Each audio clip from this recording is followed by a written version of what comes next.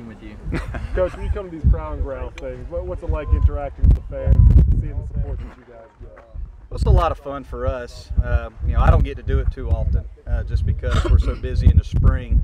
But you know, the ones that I've been a part of, it's really cool to be able to interact with the fans one-on-one, to have a little bit different level of communication than we typically get as coaches. So it's really cool just to be able to shake hands and meet people, and you know, we just appreciate how much support we all receive at Clemson. It's a little different for you, Monte, because you're the only guy here that's still in the middle of a season. Right, yeah. And again, it works out perfectly. It's an off day for us. So you know, it's great to be able to come out and do something a little bit different on an off day outside of, you know, looking at film and trying to figure out your next lineup or recruiting or things of that nature. It's nice to be able to do something different, take a step back and just show some appreciation as coaches too for what the fans, you know, bring to all of our programs. So it's a lot of fun to be here tonight. Would like to see the way the fans react when Dabo comes out and the attention that he gets. And deserved for what he's accomplished, but it's just so much different than probably anybody else has to face. Well, I mean, he deserves it. You know, again, we have the best football program in the country, and we've got the best head football coach in the country. So, you know, he certainly deserves all the attention that he gets, and the program deserves all the attention it gets. So it's cool to be able to hang out with him and just see how much excitement Clemson football brings, you know, to the state of South Carolina and to our fan base. Your team scuffled a little bit this past weekend, but is your message to them that you still have everything to play for, everything is still there on the table for them? Yeah, I mean, our messages are always pretty consistent. We're going to talk about the things that we did well and the things that we need to get better at, whether we win a series or we lose a series. And there's certainly a lot of things after this weekend that we can take that we got to get better at, and I think our guys understand that.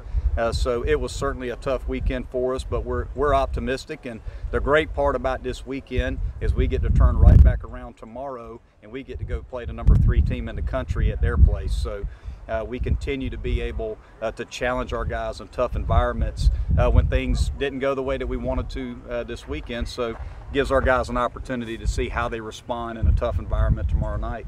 What's the thing that you're most looking forward to playing against Georgia? And really, what do you want to see from your team specifically? Obviously, you want to see them bounce back. Well, it's just an extremely tough test for our guys. It's, in my opinion, of the teams we played so far this year, I feel like Georgia's the most complete team that we've played.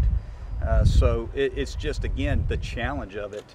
You come off the toughest weekend that we've had all year long, and we've got to turn right back around and go play on the road, which is always tough, against one of the best teams in the country. So just a challenge of it for our guys to throw them right back into the fire against a top 5 club in the country.